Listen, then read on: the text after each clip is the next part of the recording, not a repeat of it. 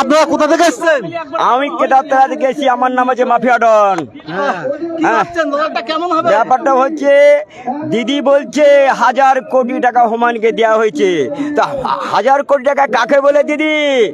50টা MLA কিনা হবে, তাহলে হুমায়ুনকে টাকাটা দিবে? দিদি আপনি কি প্রচার করছেন? দিদি আপনি গুঠি চলেছেন, আপনি তছনাছ হয়ে গেলেন।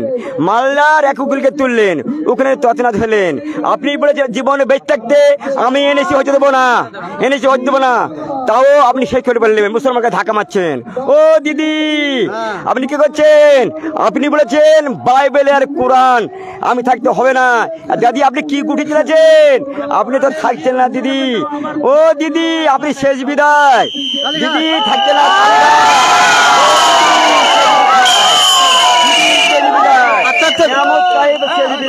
এখানে তো তৃণমূল কংগ্রেসের দুবারের বিজয় প্রার্থী নিয়ামত শেখ করেছেন, দল তৃতীয়বারের জন্য ওনার উপর ভরসা রেখেছে।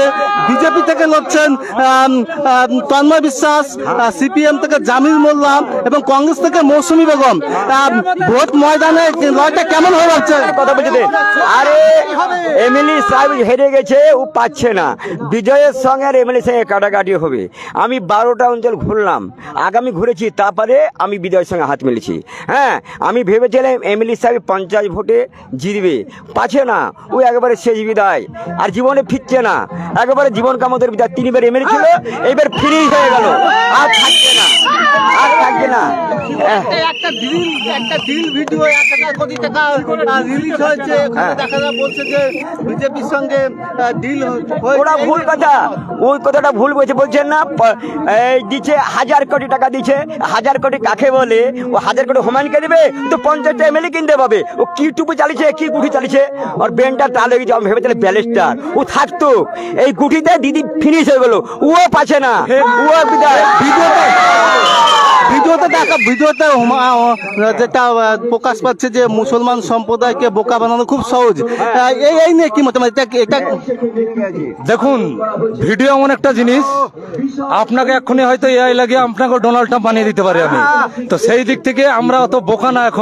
এখন যেহেতু সোশ্যাল মিডিয়ার যুগ, আমরাও সবাই সোশ্যাল মিডিয়ার সঙ্গে অ্যাক্টিভ, তাই ওই ফালতু একটা ভিডিও দিয়ে হয়তো আমাদের জনাব হুমায়ুন কবির একটু উঁচু স্তরে যেতে চাইছে।